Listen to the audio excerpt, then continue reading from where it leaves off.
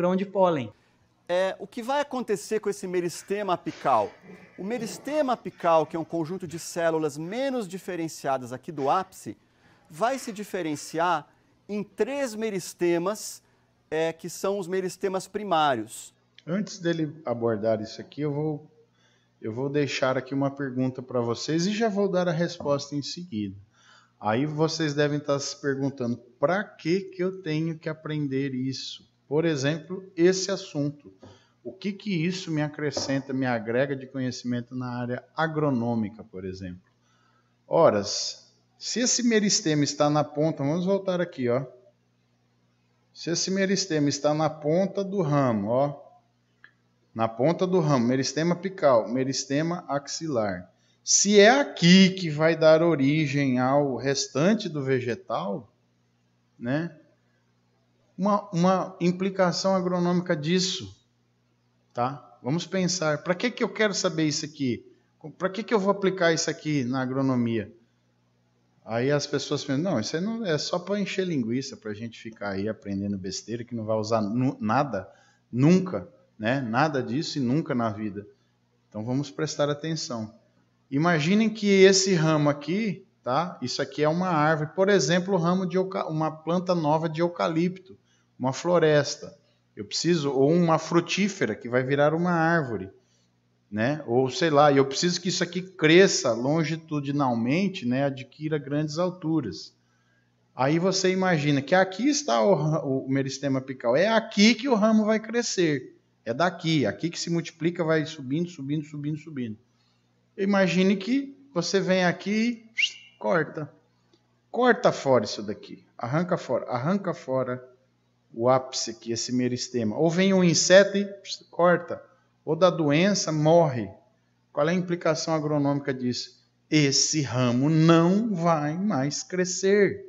Essa planta não vai mais ter esse crescimento longitudinal nesse ramo principal. O que vai acontecer? Se existem as gemas axilares, olha aqui, ó, são essas gemas que irão brotar e dar origem a novos ramos no vegetal. Mas esse ramo principal aqui para de crescer. Isso aqui é muito importante, por exemplo, no cultivo de espécies arbóreas, eucalipto, pinos e madeiras para florestas plantadas. Muitas vezes eu preciso de uma árvore reta, lieira, com tronco comprido para ter rendimento de madeira, tá? Eu preciso que essas plantas fiquem altas, retinhas, para poder dar uma planta bonita, para poder tirar uma madeira, dar uma qualidade boa de trabalho para venda e que agregue valor. Aí tá lá a plantinha de eucalipto, vem a formiguinha e puf, corta a ponta desse raminho. Sabe o que vai acontecer com esse ramo, meu querido? Se tiver gema lateral, elas vão brotar e vai sair aqui do lado. Aquela planta de eucalipto vai ficar torta.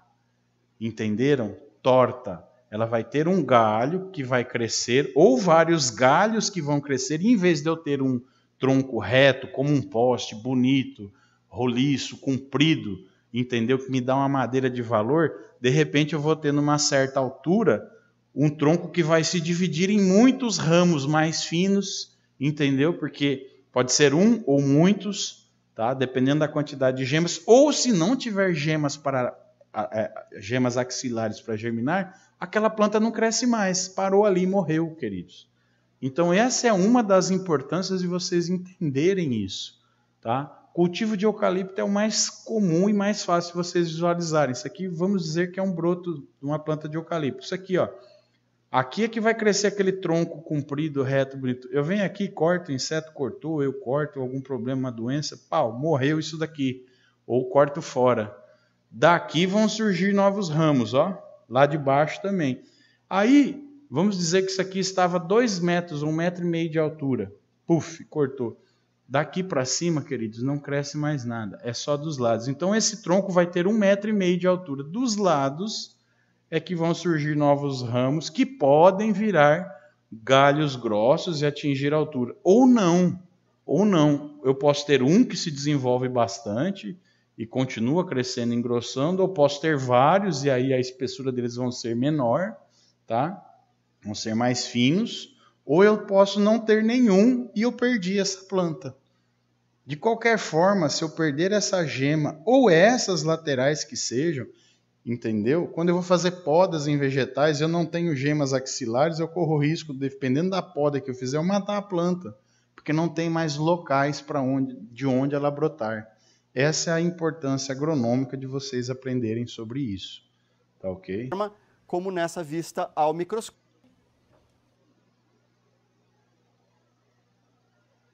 Vamos voltar lá. Um é chamado protoderme, o outro é o procâmbio e o outro é o meristema fundamental. Esses três meristemas, eles vão dar origem ao corpo primário da planta. Olha lá, crescimento primário. Lembra que eu falei? É quando estica o vegetal? Crescimento primário, plantas que apresentam toda monocotiledônia e dicotiledônia apresentam crescimento primário. Mas crescimento secundário só as dicotiledôneas, tá? Tanto cotiledônia quanto monocotiledônia quanto dicotiledôneas ou eudicotiledôneas apresentam esses tecidos aqui na fase de crescimento primário, tá? Mas as monocotiledôneas só apresentam isso daqui, elas não vão ter crescimento secundário. As eudicotiledôneas vão ter esses tecidos na fase de crescimento primário. À medida que a planta vai crescendo, ela vai adquirindo seu crescimento secundário. Aí esses tecidos deixam de atuar e entram novos tecidos, tá? Os meristemas de crescimento secundário. Então, crescimento primário crescimento primário tem em monocotiledônia e eudicotiledônia. Crescimento secundário só em eudicotiledôneas. Tá? E ele vai falar um pouco sobre isso. Olhando nessa figura, nós percebemos que a primeira camada de células é a protoderme. As demais camadas são camadas do meristema fundamental. E aqui não está muito visível, nós vamos ver em outras figuras, nós temos o procâmbio. O que cada tecido desses vai formar? A protoderme vai dar origem à epiderme, que faz parte do sistema dérmico, ou seja, é o primeiro tecido de revestimento do vegetal. O procâmbio vai dar origem ao xilema, ao floema primários, ao câmbio e ao periciclo. O meristema fundamental, por sua vez, vai dar origem ao parênquima fundamental, ou seja, o parênquima que faz preenchimento no córtex e na medula. Vamos ver em mais detalhe. A região mais apical, com as células menos diferenciadas, nós temos as células chamadas do promeristema, ou meristema apical. Este promeristema que dá origem à protoderme, ao meristema fundamental e ao procâmbio. Então aqui a gente vê essa região do promeristema, a primeira camada de células é a protoderme, essas células do recheio são meristema fundamental e essas células mais escuras e que vão ficando mais alongadas são as células do procâmbio, que vão dar origem a xilema e floema primários. Em outros exemplos de ápices, nós vemos os primórdios foliares com uma forma diferente. Aqui na Elódia, uma planta aquática, subaquática, muitos primórdios foliares. Aqui no caso do milho, também primórdios foliares alternados.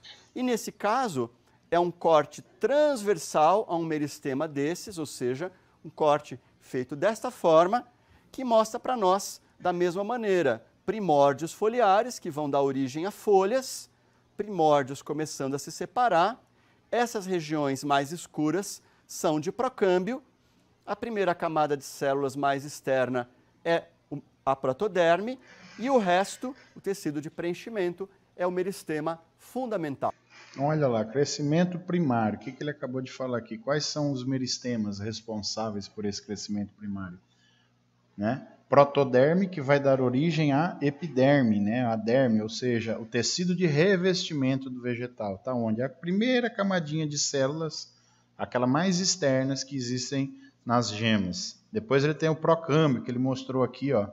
Procâmbio aqui, aqui, né? Aqui dentro, aqui mais escuro, que vai dar origem ao que o procâmbio? Ao xilema, o floema e o câmbio. O câmbio também vai ser um tecido meristemático que vai atuar no crescimento secundário, tá? Aqui ainda é primário. Então, isso aqui, tanto monocotiledôneas quanto dicotiledôneas, têm esses tecidos. E o outro é o tecido fundamental, né, meristema de preenchimento, meristema fundamental, que é esse que vai preencher o restante do corpo vegetal. Vai formar ali o tronco, né, o caule, e preencher os demais tecidos, as folhas e outras coisas, que vão se dividir em outros tipos de tecidos de crescimento secundário, tá?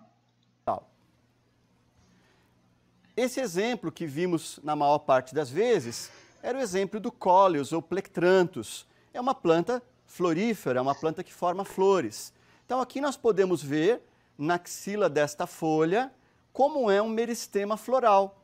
Então, da mesma forma que o meristema apical gera os caules e folhas, o meristema pode se modificar e dar origem às flores. Então, aqui nós temos as diferenças entre os dois ápices. Um ápice vegetativo, com um domo mais ou menos achatado, e um ápice floral, que forma um domo bem abobodado. Olha aqui, ele está mostrando a diferença. Isso aqui é um ápice caulinar. Só que aqui é um vegetativo, ou seja, ele vai continuar crescendo e formando partes vegetativas, ou seja, ramos e folhas. E aqui é um ápice caulinar floral. Ele vai dar origem agora a flores, né? A parte reprodutiva do vegetal. Mas em um momento isso aqui era o mesmo meristema. O que fez esse se tornar diferente desse? Vocês vão ver na fisiologia vegetal. Hormônios, presença de hormônios, a quantidade de hormônios diferentes, tá? Diferentes concentrações de hormônios específicos que atuam na diferenciação dessas células meristemáticas e fazem com que elas, nesse determinado momento, elas vão se transformar em ramos e folhas. Mas aí a dose de hormônio presente nessas células se altera e de repente elas falam, não, agora nós vamos formar estruturas para reprodução. Vamos formar flores que vão dar origem a frutos e sementes. Nesse caso do meristema vegetativo, os primórdios foliares são muito desenvolvidos e ficam num nível acima do domo. No caso do meristema floral, os primórdios foliares são pequenos, mais baixos que o domo, e eles vão dar origem às sépalas e às pétalas. No caso do ápice radicular, da mesma forma, nós vamos ter a protoderme, o procâmbio e o meristema fundamental. Mas com uma diferença importante, vai existir um outro meristema chamado caliptrogênio, que dá origem a um tecido de proteção da raiz denominado coifa. Então, se o caliptrogênio é mais externo, o meristema apical não pode ser chamado de apical. Por isso nós chamamos de meristema subapical. Então, meristema subapical vai dar origem ao caliptrogênio, à protoderme, ao procâmbio e ao meristema fundamental. E esses meristemas dão origem ao corpo primário da planta. Então, na raiz, nós temos um meristema a mais, que é o caliptrogênio, que dá origem à coifa. Em outra vista, de outra raiz, nós podemos perceber uma região mais externa do caliptrogênio, com células que se dividem para fora, formando a coifa. E aqui nós temos o meristema subapical, que dá origem a tudo, e uma região de pequena atividade mitótica do meristema subapical, denominada centro quiescente, ou seja, centro dormente. Aqui, novamente, nós temos o caliptrogênio, que tem divisões periclinais, divisões paralelas à superfície do órgão e que vão na direção externa, formando a coifa. E o meristema subapical, que está aqui, formando internamente o procâmbio, o meristema fundamental e a protoderme. Olha que interessante ele falou aqui. Ele mostra aqui, ó, que aqui nós temos esse caliptrogênio, né? Que vai dar origem assim, daqui para ele se multiplica, essa célula aqui, ó, se multiplica, ela se divide, é essa camadinha de célula aqui, ó, essa aqui, ó, essa camada, aqui ela duplicou, ó, dupla, tá dividindo, aqui ainda não duplicou. Essa camada de célula é o tecido meristemático chamado caliptrogênio. Quando ela se divide, essa célula que fica aqui mais próxima à ponta da raiz, mais externa, vai formar a coifa. Essa célula nova forma a coifa. A outra célula, quando ela se divide, essa outra célula aqui vai formar esse meristema subapical. E a partir daqui que vai se formar os outros tecidos, procâmbio, tecido fundamental, né? Meristema fundamental e a protoderme. É daqui, ó. O que sai para a ponta que vira a coifa e o que vai para dentro, a célula que se divide vai para o lado de dentro. Para o lado de dentro vai formar aqueles outros 3 meristemas, protoderme, procâmbio e tecido de preenchimento, tá? Aqui numa outra vista, uma raiz de cebola com a protoderme, sendo a camada mais externa que dá origem à epiderme, a região central formada pelo procâmbio e o córtex que faz o revestimento formado pelo meristema fundamental. Externamente também temos a coifa.